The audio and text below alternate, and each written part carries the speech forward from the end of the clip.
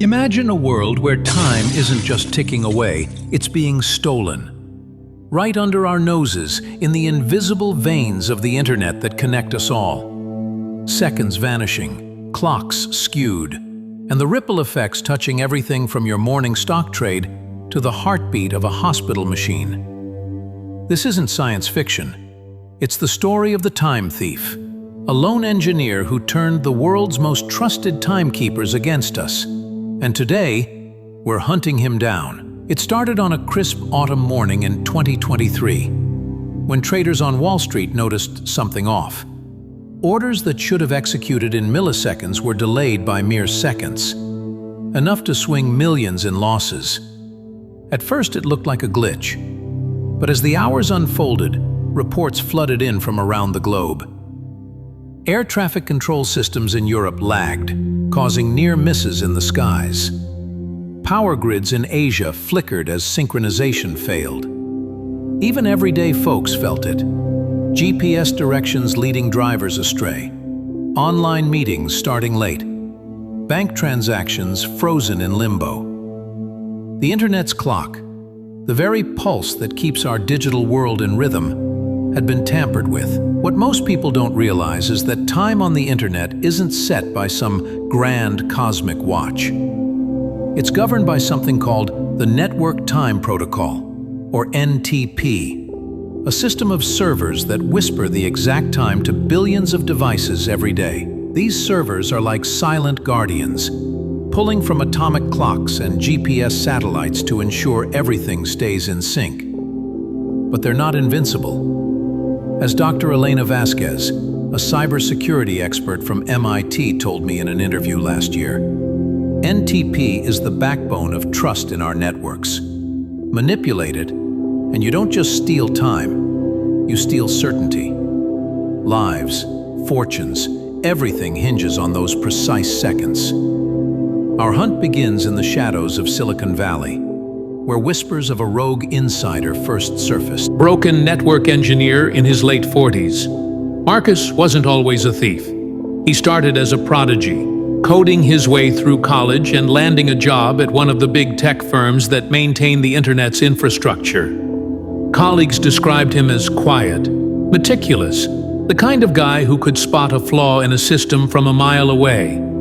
But life had worn him down. You see, Marcus had lost his wife, Sarah, 2 years earlier in a tragic accident. She was in surgery for a routine procedure when a power surge hit the hospital. The backup systems kicked in, but the clocks on the medical devices were out of sync by just a few seconds. Monitors flatlined prematurely, alarms delayed. Sarah didn't make it. In his grief, Marcus became obsessed. He dove into the world of time synchronization, convinced that the same vulnerabilities that killed his wife were lurking everywhere. As we dig deeper, piecing together forum posts, leaked emails, and anonymous tips, a pattern emerges. Marcus had been experimenting in his home lab, forging NTP packets, those tiny data bursts that carry time signals. It's simpler than it sounds. By spoofing the source, he could make devices believe they were hearing from a trusted server. Shift the time forward or back by a second here, a millisecond there. At first, it was harmless tests on his own network. But grief turned to rage. He blamed the companies, the governments, for ignoring these flaws. If they won't fix it, he reportedly wrote in an encrypted journal we uncovered, I'll make them feel the loss of time, just like I did. The escalation happened gradually, like a storm building on the horizon. In early 2023, small anomalies popped up. A university's research data corrupted due to timestamp errors. A cryptocurrency exchange lost trades in a blink. Experts dismissed them as isolated bugs. But Marcus was testing the waters, honing his craft. Then came the big one, the global skew event, as it's now known. On October 17th, he targeted a cluster of public NTP servers in North America, servers anyone can query for time. Using a botnet he quietly assembled from compromised IoT devices, he flooded them with false signals. Clocks across the continent drifted, not by hours, but by seconds, enough to disrupt high-frequency trading, where fortunes flip in fractions of a moment. Picture it. A trader in New York hits buy on a stock, but the order arrives 2 seconds late. The price has shifted. Millions evaporate. In hospitals, infusion pumps delivering medication pause erratically. In self-driving car prototypes, navigation systems falter, leading to test crashes. The chaos was subtle at first, then overwhelming. Governments scrambled. The FBI launched an investigation. But Marcus was clever. He masked his IP through layers of proxies, bouncing signals from servers in Eastern Europe to South America. We spoke with former colleague Liam Chen, who worked alongside Marcus before his departure. He was always talking about time as a fragile thing, Liam recalled, his voice heavy with regret. After Sarah died, he changed. He'd mutter about stealing back the seconds they took from us. I thought it was just grief talking. Never imagined he'd weaponize it. As the hunt intensified, a surprising twist emerged. Marcus wasn't acting alone, at least not entirely.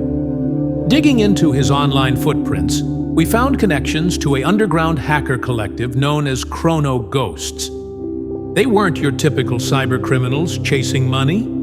They were idealists, exposing systemic flaws in global infrastructure. One member, going by the handle Tempus Fugit, leaked documents showing how major tech firms had known about NTP vulnerabilities for years, but prioritized profits over patches.